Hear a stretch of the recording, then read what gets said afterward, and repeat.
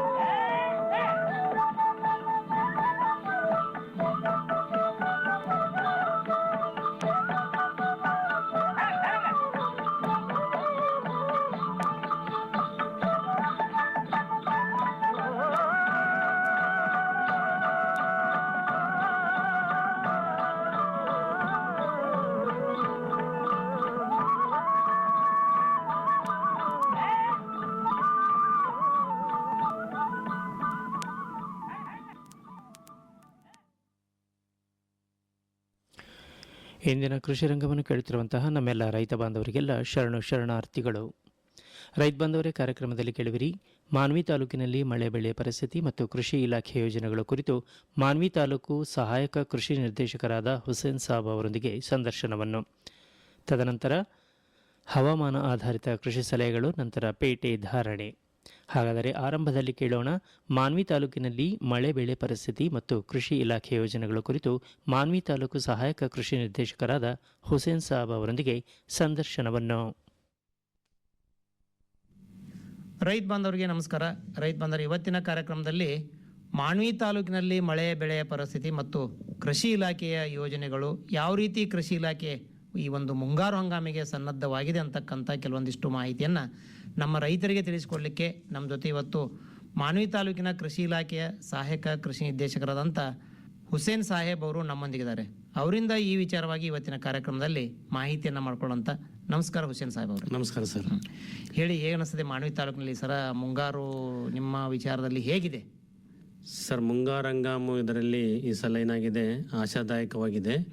Indian metrology data ಪ್ರಕಾರ ನಮಗೆ ಈ ವರ್ಷ 24-25ನೇ ಸಾಲಿನಲ್ಲಿ ಉತ್ತಮ ಮಳೆಯಾಗಬಹುದಾದೊಂದು ನಿರೀಕ್ಷೆ ಇದೆ ಮತ್ತೆ ಮಾಹಿತಿ ಇದೆ. ಆ ನಿಟ್ಟಿನಲ್ಲಿ ಜೂನ್ ತಿಂಗಳಲ್ಲಿ ನಮಗೆ ಮಾನ್ವಿ ತಾಲೂಕಿನಲ್ಲಿ 59 mm ಬರಬೇಕಾಗಿತ್ತು. ಜೂನ್ ತಿಂಗಳಿಂದ ನಮ್ಮ ವಾಡಿಕೆ ಮಳೆ ನಮ್ದು ಜೂನ್ ತಿಂಗಳಲ್ಲಿ ಮಳೆ ಬಿದ್ದಿದ್ದು ಕನ್ಸಿಡರ್ ಆಗುತ್ತೆ. ಅಂದ್ರೆ ಅದರ ಮೇಲೆ ಡಿಪೆಂಡ್ ಆಗುತ್ತೆ ಒಕ್ಕಲ್ತನ. ಮಾನ್ವಿ ತಾಲೂಕಿನಲ್ಲಿ 59 mm ಬರಬೇಕಾಗಿತ್ತು, ಬಂದಿರೋದು 21 mm ಮಳೆ ಬಿದ್ದಿದೆ. ಅಂದ್ರೆ 37% ನಾರ್ಮಲ್ ಕಿನ್ನ ಜಾಸ್ತಿ ಆಗಿದೆ ಅಂತ. ಅದೇ ರೀತಿ ನಾವು ಸಿರ್ವಾರ ತಾಲೂಕನ್ನು ನೋಡಿದಾಗ 45 mm ಬರಬೇಕಾಯ್ತು, ನಮಗೆ 134 mm ಬಂದಿದೆ. ಅಂದ್ರೆ 195ರಿಂದ 200% ಜಾಸ್ತಿ ಆಗಿದೆ ಮಳೆ ಅಂತ. ಇಲ್ಲಿ ಇದೇ ತೋರಿಸ್ತೆ ನಮ್ಮ ಪ್ರಾರಂಭ ಏನಾಗಿದೆ, ಮುಂಗಾರು ಉತ್ತಮ ರೀತಿಯಲ್ಲಿ ಪ್ರಾರಂಭವಾಗುತ್ತದೆ ಅಂತ ಇದೆ. ಮತ್ತೆ ಆಶಾದಾಯಕವಾಗಿದೆ. ರೈತರಿಗೆ ಬಿತ್ತನೆ ಮಾಡಲಿಕ್ಕೆ ಮತ್ತೆ ಅವರು ಮುಂದೆ ಬೇಸಾಯ ಕ್ರಮಗಳನ್ನು ಕೈಗೊಳ್ಳಲಿಕ್ಕೆ ಎಲ್ಲ ಸಹಕಾರಿಯಾಗಿದೆ ಸರ್. ಈಗ ನಿಮ್ಮ ಮಾನ್ವಿ ತಾಲೂಕು ಮತ್ತು ಶಿರ್ವಾರ ತಾಲೂಕಿಗೆ ಬಂದರೆ ಹೇಗೆ, ಇಲ್ಲಿ ಎಷ್ಟು ಪ್ರತಿಶತ ನೀರಾವರಿ ಕ್ಷೇತ್ರ ಇದೆ ಮತ್ತು ಎಷ್ಟು ಪ್ರತಿಶತ ಒಣಬೇಸಾಯ ಕ್ಷೇತ್ರ ಬರುತ್ತೆ? ನಮ್ಮಲ್ಲಿ ನೀರಾವರಿ ಅಂದ್ರೆ 35% ನೀರಾವರಿ ಇದೆ ಸರ್.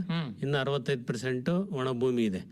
ಒಣಭೂಮಿ ಮಾನ್ವಿ ಮತ್ತು ಸಿರ್ವಾರ ಎರಡು ತಗೊಂಡ್ರೆ ನಮ್ಮಲ್ಲಿ ಮುಖ್ಯವಾದ ಬೆಳೆಗಳು ಭತ್ತ, ಹತ್ತಿ, ತೊಗರಿ, ಸಜ್ಜೆ, ಮುಂಗಾರು ಬೆಳೆಗಳು ಮತ್ತೆ ಸೂರ್ಯಕಾಂತಿ. ಈ ಬೆಳೆಗಳನ್ನ ನಾವು ಬೆಳೆವಾರ ಕ್ಷೇತ್ರ ನೋಡೋದಾದ್ರೆ ಭತ್ತ 42,405 ಹೆಕ್ಟರ್ಗಳಲ್ಲಿ, ಸಜ್ಜೆನ 4,260 ಹೆಕ್ಟರ್ಗಳಲ್ಲಿ, ತೊಗರಿ 34,900 ಹೆಕ್ಟರ್ಗಳಲ್ಲಿ, ಸೂರ್ಯಕಾಂತಿ 4,840 ಹೆಕ್ಟರ್ಗಳಲ್ಲಿ ಮತ್ತು ಹತ್ತಿನ 36,725 ಹೆಕ್ಟರ್ಗಳಲ್ಲಿ ಬಿತ್ತನೆ ಮಾಡೋ ಒಂದು ಗುರಿಯನ್ನ ಇಲಾಖೆಯಿಂದ ಮತ್ತೆ ನಾವು ಈ ಮಾನ್ವಿ ತಾಲೂಕಿಗೆ ಸಂಬಂಧಪಟ್ಟಂಗೆ ಇಟ್ಕೊಂಡಿದ್ವಿ ಸರ್. ಒಟ್ಟು 1,25,416 ಹೆಕ್ಟರ್ಗಳಲ್ಲಿ ಈ ಮುಖ್ಯವಾದ ಬೆಳೆಗಳನ್ನ ಬಿತ್ತನೆ ಮಾಡಲಿಕ್ಕೆ ಗುರಿಯನ್ನು ಇಟ್ಕೊಂಡಿದ್ದೀವಿ. ಈ ನಿಟ್ಟಿನಲ್ಲಿ ನಮಗೆ 9 ರೈತ ಸಂಪರ್ಕ ಕೇಂದ್ರಗಳಿದಾವೆ. ಮಾನ್ವಿ ಮತ್ತು ಶಿರ್ವಾರ ತಾಲೂಕು, ಮಾನ್ವಿ ಶಿರ್ವಾರ ತಾಲೂಕು 2 ಹೋಬಳಿಗಳು ಮಸ್ಕಿ ತಾಲೂಕು ಗೊತ್ತಾವು. ಒಟ್ಟು 9 RSK ನಮ್ಮ ಅಡಿಯಲ್ಲಿ ಬರ್ತದವೆ. 9 RSKಗಳಲ್ಲಿ ನಮಗೆ ಮುಖ್ಯವಾದ ಸರ್ಕಾರದಿಂದ ಏನು ಸಹಾಯಧನದಲ್ಲಿ ವಿತರಣೆ ಮಾಡಬೇಕಲ್ಲ ಬೀಜ, ಬಿತ್ತನೆ ಬೀಜಗಳು, ಅವನ್ನು ದಾಸ್ತಾನು ಮಾಡ್ಕೊಂಡಿದ್ದೀವಿ. ಆ ದಾಸ್ತಾನು ನೋಡಿದಾಗ ಬಿತ್ತನೆ ಬೀಜಗಳಲ್ಲಿ ಭತ್ತ ನಾವು 274 ಕ್ವಿಂಟಲ್ ದಾಸ್ತಾನು ಮಾಡಿದೀವಿ. 274 ಕ್ವಿಂಟಲ್ ದಾಸ್ತಾನು ಮಾಡಿದ್ವಿ. ಇಲ್ಲಿವರೆಗೆ 164 ಕ್ವಿಂಟಲ್ ರೈತರು ಬಿತ್ತನೆ ಬೀಜಗಳನ್ನು, ಭತ್ತದ ಬಿತ್ತನೆ ಬೀಜಗಳನ್ನ ತಗೊಂಡೋಗಿದ್ದಾರೆ. ಅದರಲ್ಲಿ ಮುಖ್ಯವಾಗಿ BPT ಸೋನಾ ಮತ್ತೆ RNR ಅಂತೇಳಿ ಮತ್ತೆ MTU 1010 ಅಂತೇಳಿ ಈ ತಳಿಗಳ ಬಿತ್ತನೆ ಬೀಜಗಳನ್ನು ನಾವು ದಾಸ್ತಾನು ಮಾಡಿದ್ವಿ. ಅದರಲ್ಲಿ 164 ಕ್ವಿಂಟಲ್ ರೈತರು ಬಿತ್ತನೆಗಾಗಿ ಸಸಿ ಮುಂದೆ ತಯಾರು ಮಾಡಿಕೊಳ್ಳಕ್ಕೆ ತಗೊಂಡೋಗಿದ್ದಾರೆ. ಅದೇ ರೀತಿ ಮುಖ್ಯವಾಗಿ ನಮಗೆ ಒಣ ಬೇಸಾಯದಲ್ಲಿ ಬೆಳಿತಕ್ಕಂತ ತೊಗರಿ ಏನಿದೆಯಲ್ಲ, ಮುಖ್ಯ ಸಿರ್ವಾರ್ ತಾಲಿಗೆ ಬರುತ್ತೆ. ಸಿರ್ವಾರ್ ತಾಲಿನಲ್ಲಿ ಕವಿತಾಳ, ಮಲ್ಲಟ್ಟ, ಮಸ್ಕಿ ತಾಲಿಗೆ 2 ಪಾಮನ್ಕಲ್ಲೂರಲ್ಲಿ ಈ ಕ್ಷೇತ್ರ ತೊಗರಿ ಕ್ಷೇತ್ರ ಜಾಸ್ತಿ ಬರುತ್ತೆ. ಮತ್ತೆ ರೈತರು ಯಾವುದೇ ಖಾಸಗಿ ಅಂಗಡಿಗಳಲ್ಲಿ ಬೀಜ ತೊಗೊಳಲ್ಲ. ತೊಗರಿ ಬೀಜ ಅಂದ್ರೆ ರೈತ ಸಂಪರ್ಕ ಕೇಂದ್ರಕ್ಕೆ ಮಾತ್ರ ಅವರು ಡಿಪೆಂಡ್ ಆಗಿದ್ದಾರೆ, ಅವಲಂಬಿತ ಆಗಿದ್ದಾರೆ. ರೈತ ಸಂಪರ್ಕದಿಂದ ತಗೊಂಡೋಗ್ತಾರೆ. ಯಾವ ತಳಿಯನ್ನ ಕೊಟ್ಟರೆ ನಾವು TS3R ಕೊಡ್ತಾ ಇದೀವಿ ಸರ್, GRG 152 ಅಂತೇಳಿ. ನಮ್ಮಲ್ಲಿ ರೈತರಿಗೆ ಒಣ ಬೇಸಾಯದಲ್ಲಿ ಮುಖ್ಯವಾಗಿ TS3Rನೇ ಬಹಳ ರೈತರು ಕೇಳ್ತಾ ಇದ್ದಾರೆ. ನಾವು ಇಲ್ಲಿವರೆಗೆ 837 ಕ್ವಿಂಟಲ್ ತೊಗರಿ ಬಿತ್ತನೆ ಬೀಜವನ್ನ ದಾಸ್ತಾನು ಮಾಡಿದ್ವಿ. ಅದರಲ್ಲಿ 804 ಕ್ವಿಂಟಲ್ ಆಲ್ರೆಡಿ ರೈತರಿಗೆ ವಿತರಣೆ ಮಾಡಿದೀವಿ ಸಹಾಯಧನದಲ್ಲಿ. ಅದರಲ್ಲಿ ಸಣ್ಣ ಮತ್ತು ಸಣ್ಣ ರೈತರಿಗೆ, ಜನರಲ್ ರೈತರಿಗೆ 50% ನಲ್ಲಿ ಇಷ್ಟು ಕೆಜಿಗೆ ಅಂತ ಇಷ್ಟು ಸಹಾಯಧನ ಇರುತ್ತೆ, ಆ ಪ್ರಕಾರ ಮಾಡ್ತೀವಿ. ಮತ್ತೆ ST ರೈತರಿಗೆ 75% ಅಲ್ಲಿ ಅದಕ್ಕೆ ಕೆಜಿ ಸಹಾಯಧನದಲ್ಲಿ ವಿತರಣೆ ಮಾಡ್ತೀವಿ. ಮತ್ತೆ ಸೂರ್ಯಕಾಂತಿ ಸಹಿತ 9.5 ಕ್ವಿಂಟಲ್ ನಾವು ದಾಸ್ತಾನು ಮಾಡಿದ್ವಿ. ಅದು ಇನ್ನ ಹೋಗಿಲ್ಲ, ಇನ್ನ ವಿತರಣೆ ಆಗ್ತಾ ಇದೆ. ಅಂದ್ರೆ ಸೂರ್ಯಕಾಂತಿ ಬೆಳಿಲಿಕ್ಕೆ ರೈತರು ಆಸಕ್ತಿ ತೋರಿಸ್ತಾ ಇಲ್ಲ. ಯಾಕಂದ್ರೆ ಕಳೆದ ಸಾಲುಗಳಲ್ಲಿ ಅವರಿಗೆ ಆದಂತ ಕೈ ಅನುಭವ. ಯಾಕಂದ್ರೆ ಅದು ಸೂರ್ಯಕಾಂತಿ ಇಳುವರಿ ಮಟ್ಟ ಕಡಿಮೆ ಆಗಿದೆ ಒಂದು, ಮತ್ತೆ ಬರಗಾಲ ಇರಬಹುದು ಅಥವಾ ಅತಿ ಮಳೆ ಇದೆ, ಎರಡು ಕಡೆಯಿಂದನೂ ಅದಕ್ಕೆ ಬಾಧಿತ ಆಗಿ ಹಾನಿ ಆಗೋದ್ರಿಂದ ಈ ಸಲ ಏನ್ ಮಾಡಿದಾರೆ ರೈತರು, ಸಜ್ಜಿಗೆ ಹೋಗ್ತಿದಾರೆ ಸರ್. ಈ ಹಿರೇಕೊಟ್ನಿಕಲ್ ಹೋಬಳಿಯಲ್ಲಿ, ಮಾನಿ ಹೋಬಳಿಯಲ್ಲಿ ಮತ್ತೆ ಇತರೆ ಹೋಬಳಿಗಳಲ್ಲಿ ಹಿಂಗಾರು ಜೋಳಕ್ಕೆ ಹೋತಾರಲ್ಲ, ಅವರೆಲ್ಲ ಸಜ್ಜೆ ಬೆಳೆಕ್ ಹೋಗ್ತಾರೆ. ಸಜ್ಜೆ ಬೆಳೆದ್ ಬಿಟ್ಟು ಮತ್ತೆ ಜೋಳಕ್ಕೆ ತಯಾರಾಗ್ತಾರೆ. ಹಿಂಗಾರು ಜೋಳಕ್ಕೆ ಎರಡು ಬೆಳೆ ಬರ್ತಾವ. ಮೊದ್ಲು ಏನ್ ಮಾಡಿದ್ರು, ಸೂರ್ಯಕಾಂತಿ ಆಗ್ತಾ ಇದ್ರು. ಸೂರ್ಯಕಾಂತಿ ಬಿಟ್ಟು ತೆಗೆದ್ಮೇಲೆ ಕಡ್ಲೆ ಅಥವಾ ಜೋಳ ಆಗ್ತಿದ್ರು. ಈ ಸಲ ಸಜ್ಜೆಗೆ ಹೋಗಿದ್ದಾರೆ. ಸಜ್ಜೆ ಮತ್ತೆ ಹೆಸರಿಗೆ ಸಹಿತ ಬಹಳ ಡಿಮ್ಯಾಂಡ್ ಆಗಿದೆ. ಹೆಸರು ಯಾವ ತಳಿಯನ್ನ ಕೊಟ್ರಿ ನಿಮ್ಮ ರೈತ ಸಂಪರ್ಕ ಕೇಂದ್ರದಿಂದ? BGS9 ಸರ್, BGS9 ಅಂತ ಹೇಳಿ. ಅದೇ ಮಿಂಚ್ ಹೆಸರು ಹೇಳ್ತಾರೆ, ಮಿಂಚ್ ಅಂತ ಹೇಳ್ತಾರೆ. 7.5 ಕ್ವಿಂಟಲ್ ನಾವು ದಾಸ್ತಾನು ಮಾಡಿದ್ವಿ. ಅದು ವಿತರಣೆ ಆಗ್ತಾ ಇದೆ, ಮುಂದುವರೆದ ಡಿಮ್ಯಾಂಡ್ ಇದೆ ಸರ್. ಅದಕ್ಕೂ ಸಹಿತ ಒಬ್ಬೊಬ್ಬ ರೈತರು ನನಗೆ 1 ಕ್ವಿಂಟಲ್ ಬೇಕು, 1.5 ಕ್ವಿಂಟಲ್ ಬೇಕು ಅಂತ ಬರ್ತಾರೆ. ಬಟ್ ಆಗಲ್ಲ, ನಮ್ಗೆ ಲಭ್ಯತೆ ಆಧಾರದ ಮೇಲೆ ಅದು ಎಷ್ಟು ಇದೆಯೋ ಅದರಲ್ಲಿ ರೈತರಿಗೆ ಸಮರ್ಪಕವಾಗಿ ವಿತರಣೆ ಮಾಡಲಿಕ್ಕೆ ಪ್ರಯತ್ನ ಮಾಡ್ತೀವಿ.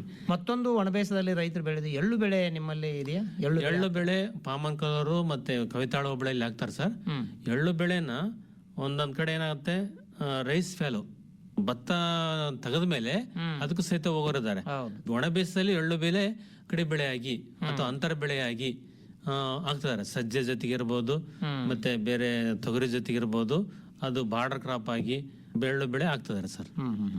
ಆಮೇಲೆ ಈ ಬಿತ್ತನೆ ಬೀಜಗಳ ವ್ಯವಸ್ಥೆ ಆಯ್ತು ಸರ್. ಈಗ ನಮಗೆ ರಸಗೊಬ್ಬರ ಸಂಬಂಧಪಟ್ಟಂಗೆ ನಮಗೆ 1,25,416 ಹೆಕ್ಟರ್ಗೆ ಈ ವಿವಿಧ ಬೆಳೆಗಳಿಗೆ ಮತ್ತು ತೋಟಗಾರಿಕೆ ಬೆಳೆಗಳಿಗೆ, ಅಂದ್ರೆ ಮೆಣಸಿನಕಾಯಿಗೆ, ಟೊಮೆಟೊ, ಬೇರೆ ಬೇರೆ ಬೆಳೆಗಳಿಗೆಲ್ಲ ಒಟ್ಟು ನಮಗೆ ಮಾನ್ವಿ ತಾಲೂಕಿಗೆ 54,149 ಟನ್ ರಸಗೊಬ್ಬರದ ಬೇಡಿಕೆ ಇದೆ ಸರ್. ಎಲ್ಲ ರಸಗೊಬ್ಬರ ಸೇರಿ, ಅಂದ್ರೆ ಏಪ್ರಿಲ್ ಇಂದ ಸೆಪ್ಟೆಂಬರ್ ವರೆಗೆ.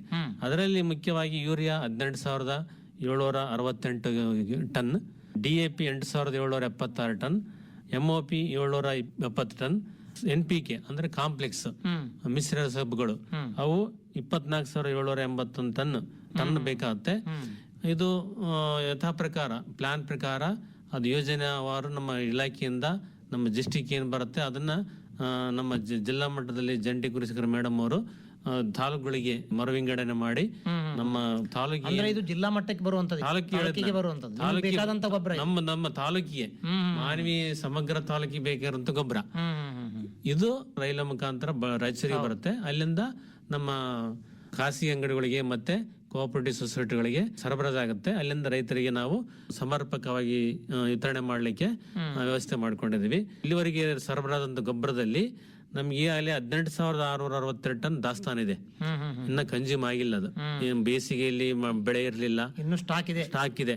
ಅದರಲ್ಲಿ ಯೂರಿಯಾ 12,350 ಟನ್ ಇದೆ, DAP 842 ಟನ್ ಇದೆ, MOP 78 ಟನ್ ಇದೆ, ಕಾಂಪ್ಲೆಕ್ಸ್ 5,250 ಟನ್ ಇದೆ, SSP 142 ಟನ್ ಇದೆ. ಇದರಲ್ಲಿ ರಸಗೊಬ್ಬರದ ಒಂದು ಕೊರತೆ ಕಂಡು ಬರೋದಿಲ್ಲ. ರಸಗೊಬ್ಬರದ ಕೊರತೆ ಅದರಲ್ಲಿ ಏನ್ ಹೇಳ್ತಾರೆ ರೈತರು, ಈ ತೊಗರಿಗೆ ಬಿತ್ತನೆ ಮಾಡ್ಬೇಕಾದ್ರೆ ಯಾವುದೇ ಬೆಳೆ ಬಿತ್ತನೆ ಮಾಡ್ಲಿ, ಹತ್ತಿ ಬಿತ್ತನೆ ಮಾಡಿ ಇಡುವಾಗ ಸಹಿತ ಅವ್ರಿಗೆ ಮೊದಲು DAP ಬೇಕಂತ ಕೇಳ್ತಾರೆ. DAP ಜಾಸ್ತಿ ಕೇಳ್ತಾರ. ಅದರಲ್ಲಿ ರಂಜಕದ ಅಂಶ ಇರೋದ್ರಿಂದ ರಂಜಕ ಗೊಬ್ಬರನ ಹಾಕಿದಾಗ ಆ ಬೇರುಗಳು ಚೆನ್ನಾಗಿ ಬೆಳೆದು ಉಲಸಾಗಿ ಬೆಳುತ್ತೆ ಅನ್ನೋದು ರೈತರಿಗೆ ಅನುಭವ ಇದೆ. ಅದನ್ನೇ ಕೇಳ್ತಾರೆ. DAP ನ ಸರಬರಾಜು ಮಾಡ್ಲಿಕ್ಕೆ ವ್ಯವಸ್ಥೆ ಇದೆ. ಆದ್ರೂ ಕೊರತೆ ಅಂತ ಅನ್ಕೋಬಾರ್ದು. ನಾವು ಆಲ್ಟರ್ನೇಟಿವ್ ಆಗಿ ಬೇರೆ ಕಾಂಪ್ಲೆಕ್ಸ್ ಗೊಬ್ಬರಗಳು ಇದಾವೆ. 12, 32, 16 ಇದೆ, 10, 26, 26 ಇದೆ. ಆ ಗೊಬ್ಬರಗಳನ್ನು ಸಹಿತ ರೈತರು ಬಳಸಬೇಕು. ಬರೇ DAP ಮೇಲೆ ಡಿಪೆಂಡ್ ಆಗಬಾರ್ದು ಅನ್ನೋದು ನಮ್ಮ ಮನವಿ ಸರ್. ಯಾಕಂದ್ರೆ DAP ಇದು ನಮ್ಮ ರಾಷ್ಟ್ರದಲ್ಲಿ ಉತ್ಪಾದನೆ ಇಲ್ಲ, ಬೇರೆ ಉತ್ಪಾದನೆ ಕಡಿಮೆ ಇದೆ, ಅಲ್ಲಿ ಆಮದು ಮಾಡ್ಕೊಳ್ಬೇಕಾಗುತ್ತೆ. ಮತ್ತೆ ಕಾಂಪ್ಲೆಕ್ಸ್ ಗೊಬ್ಬರ ಪರ್ಯಾಯವಾಗಿ ಅದರ ಬದಲಾಗಿ ಬೇರೆ ಗೊಬ್ಬರಗಳನ್ನ, ಈ ಕಾಂಪ್ಲೆಕ್ಸ್ ಗೊಬ್ಬರಗಳನ್ನ ಬಳಕೆ ಮಾಡಬಹುದು. ಮತ್ತೆ ನ್ಯಾನೋ ರೂಪದಲ್ಲಿ ಯೂರಿಯಾ ಬಂದಿದೆ, DAP ಬಂದಿದೆ. ಅವನು ಸಹಿತ ರೈತರು ಬಳಕೆ ಮಾಡಿಕೊಳ್ಬಹುದು ಸರ್. ಬಳಕೆ ಮಾಡುವಾಗ ಮೊದಲು ಬಿತ್ತನೆ ಮಾಡೋಕ್ಕಿಂತ ಮುಂಚೆ ರಸಗೊಬ್ಬರದ ಒಂದು ಅವಲಂಬನೆ ಕಡಿಮೆ ಆಗ್ಬೇಕಂದ್ರೆ ರೈತರು ದಯಮಾಡಿ ತಮ್ಮ ಮಣ್ಣಿನ ಫಲವತ್ತತೆಯನ್ನು ಹೆಚ್ಚಿಕೊಳ್ಳಬೇಕು. ಹೆಚ್ಚಿಸಬೇಕಾದ್ರೆ ಸಾವಯವ ಗೊಬ್ಬರಗಳನ್ನು ಕೊಡಬೇಕು. ಮತ್ತೆ ರಾಯಚೂರು ಮಾನ್ವಿ ತಾಲೂಕಿನ ಮಣ್ಣಿನ ಫಲವತ್ತತೆ ಆಗಿದೆ ಅಂದ್ರೆ ಜಿಂಕ್ ಕಡಿಮೆ ಇದೆ, ಸಾರಜನಕ ಕಡಿಮೆ ಇದೆ, ಮತ್ತೆ ಮುಖ್ಯವಾಗಿ ಮೆಗ್ನೀಸಿಯಂ ಕಡಿಮೆ ಇದೆ.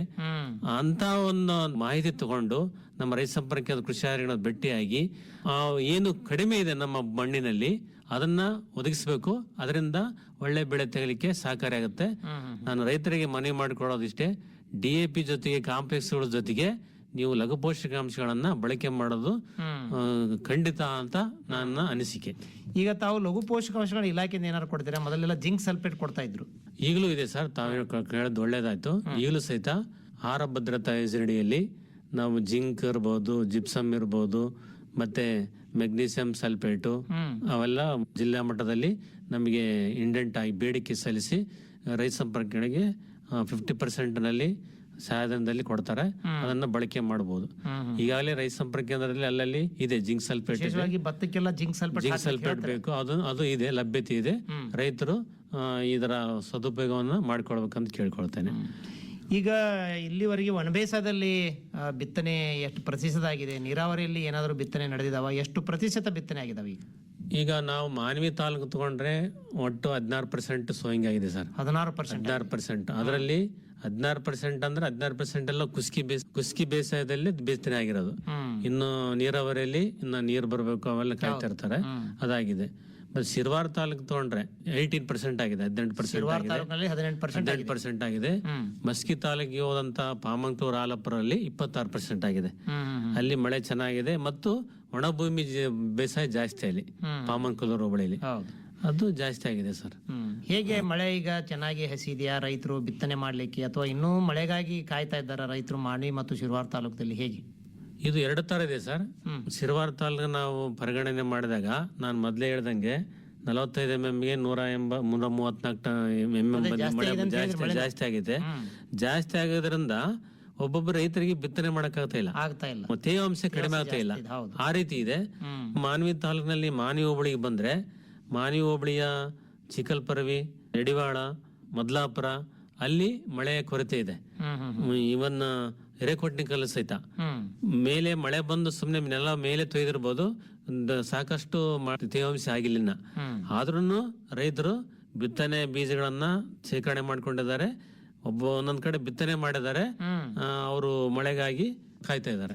ಈಗ ನಿಮ್ಮ ತಾಲೂಕಿನಲ್ಲಿ ಯಾವ ಬೆಳೆ ಈ ಸಲ ಜಾಸ್ತಿ ಬಿತ್ತನೆ ರೈತರು ಆಸಕ್ತಿ ತೋರಿಸಿದ್ರು? ಯಾವ ಬೆಳೆಗೆ ಹೋಗ್ತಾರೆ ಒಣ ಬೇಸಾಯದಲ್ಲಿ? ಒಣ ಬೇಸಾಯದಲ್ಲಿ ಮುಖ್ಯವಾಗಿ ನಮಗೆ ರೈತರು ಆಸಕ್ತಿ ತೋರಿಸ್ತಾ ಇರೋದು ಹತ್ತಿ ಸರ್. ಹತ್ತಿ ಮಾನ್ವಿ ತಾಲೂಕ್ ತಗೊಂಡ್ರೆ, ಅಲ್ಲಿ ಸಿರ್ವಾರ್ ತಾಲೂಕ್ ತಗೊಂಡ್ರೆ ತೊಗರಿ ತೊಗರಿ. ತೊಗರಿ, ಪಾಮನ್ ಕಲರು ತೊಗರಿ. ಹ್ಮ್ ಬಟ್ ಮುಖ್ಯವಾಗಿ ನಮಗೆ ಕಮರ್ಷಿಯಲ್ ಕ್ರಾಪ್ ವಾಣಿಜ್ಯ ಬೆಳೆಯಾಗಿ ಹತ್ತಿಗೆ ಜಾಸ್ತಿ ಹೋಗ್ತದೆ.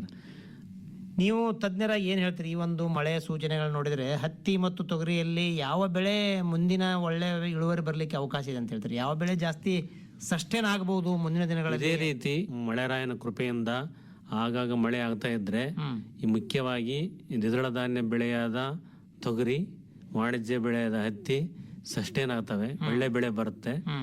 ಒಳ್ಳೆ ಬೆಳೆ ಬರ್ಲಿಕ್ಕೆ ನಾವು ಒಳ್ಳೆ ಬೇಸಾಯ ಮಾಡ್ಬೇಕಾಗತ್ತೆ, ಇಂಟರ್ ಕಲ್ಟಿವೇಶನ್. ಈಗ ರೈತರು ಹೇಳೋದು ಇಲ್ಲ ರೀ, ತೊಗರಿಗೆ ಮಳೆ ಜಾಸ್ತಿ ಆತಂದ್ರೆ ತೊಗರಿ ಹೋಗ್ಬಿಡ್ತದ ಅಂತಕ್ಕಂಥ ಒಂದು ಭಯ ಇದೆ ರೈತರಲ್ಲಿ. ಮಳೆ ಜಾಸ್ತಿ ಯಾವಾಗ ಆಗ್ಬಾರ್ದಂದ್ರೆ ಸರ್, ಬೆಳವಣಿಗೆ ಹಂತದಲ್ಲಿ ಮಳೆ ಬರ್ಲಿ, ಏನಾಗಲ್ಲ.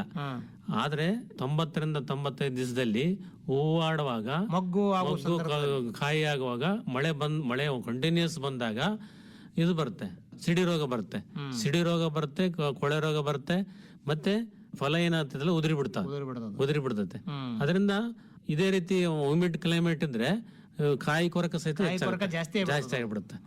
ಅದು ಸಮಸ್ಯೆ ಅದರಲ್ಲಿ.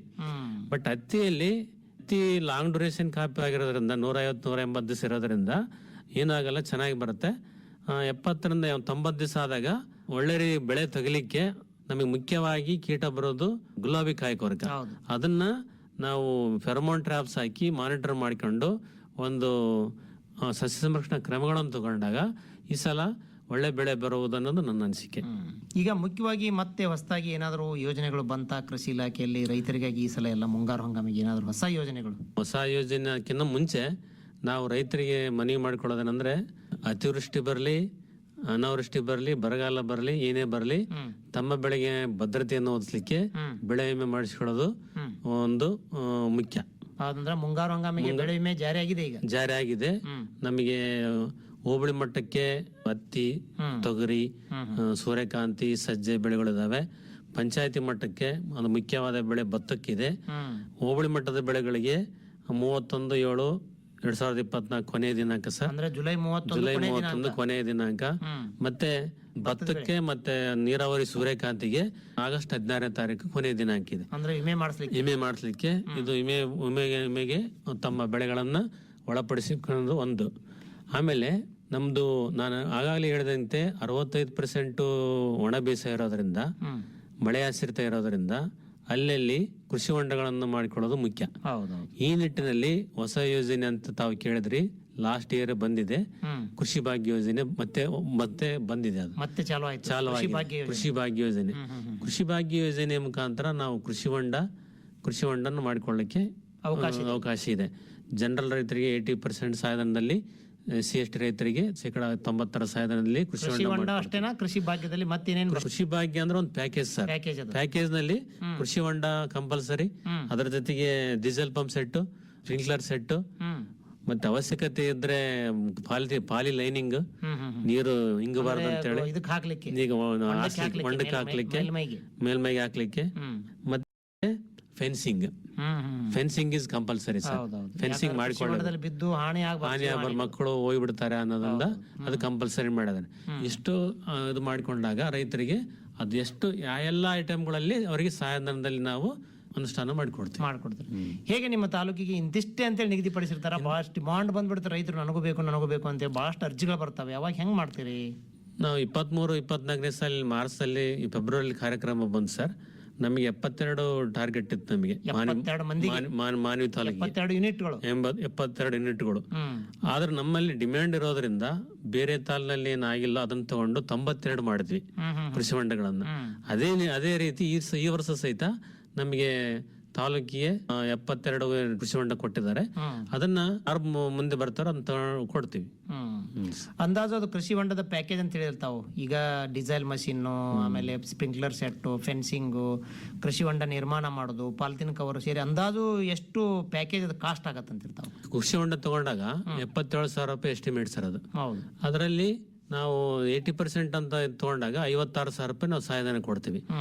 ಮತ್ತೆ ಡೀಸೆಲ್ ಪಂಪ್ ಸೆಟ್ ತಗೊಂಡಾಗ 20,000 24,000 ಸಹಾಯಧನ ಕೊಡ್ತೀವಿ.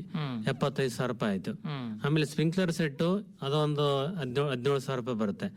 ಎಲ್ಲ ಕೂಡಿ ಒಂದು 1,25,000 ನಾವು ಈ ಪ್ಯಾಕೇಜ್ನಲ್ಲಿ ಕೊಡ್ತೀವಿ ಪ್ಯಾಕೇಜಲ್ಲಿ ಸಹಾಯಧನ. ಸಹಾಯಧನ. ಇನ್ನು ಮುಖ್ಯವಾಗಿ ಮತ್ತೊಂದು ವಿಚಾರ ಅಂತಂದರೆ, ವಿಶೇಷವಾಗಿ ಮುಂಗಾರು ಹಂಗಾಮಿನಲ್ಲಿ ರೈತರು ಕೆಲವೊಂದು ಈ ಕಳೆನಾಶಕ ಖರೀದಿ ಮಾಡೋದಿರ್ಬೋದು, ಅಥವಾ ಲೂಸ್ ಸೀಡ್ಸ್ಗಳನ್ನು ತೊಗೊಳ್ದಿರ್ಬೋದು, ಅಥವಾ ಕಳಪೆ ಮಟ್ಟದ ಬೀಜ, ಗೊಬ್ಬರಗಳು, ಕಳೆನಾಶಕಗಳು, ಕೀಟನಾಶಕಗಳು ಅಲ್ಲಲ್ಲಿ ವಿಶೇಷವಾಗಿ ಈ ಹಂಗಾಮಿನಲ್ಲಿ ಬೀಜದ್ದು ಏನಾದರೂ ಅಂಥವು ಕಂಡು ಬರ್ತಾ ಇದ್ದಾವೆ ನಿಮ್ಮ ತಾಲೂಕಿನಲ್ಲಿ? ಲೂಸ್ ಬೀಜ ಮಾರೋದು, ಹೀಗಾಗಿ ರೈತರು ಕೈ ಸುಟ್ಕೋತಾರೆ ಅಲ್ಲಲ್ಲಿ. ಲೂಸ್ ಬೀಜ ಮಾರೋದು ನಮ್ಮಲ್ಲಿ ಆಂಧ್ರ ಪ್ರದೇಶ ಬಾರ್ಡರ್ದಿಂದ ಕುರುಡಿಯ ಕಡೆ ಎಲ್ಲ ಕೇಳಿ ಬರ್ತಾ ಇದೆ ಸರ್.